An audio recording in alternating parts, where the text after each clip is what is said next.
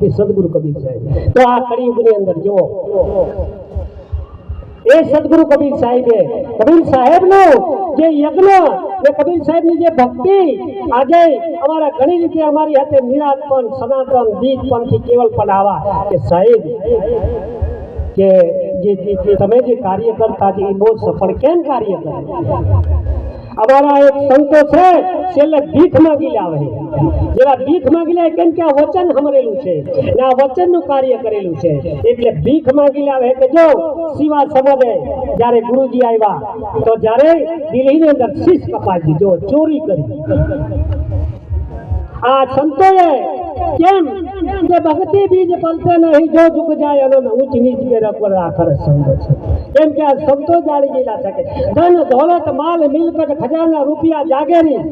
એ તો આપણને મળશે પણ આ વસ્તુ મળતું ભોગવું છે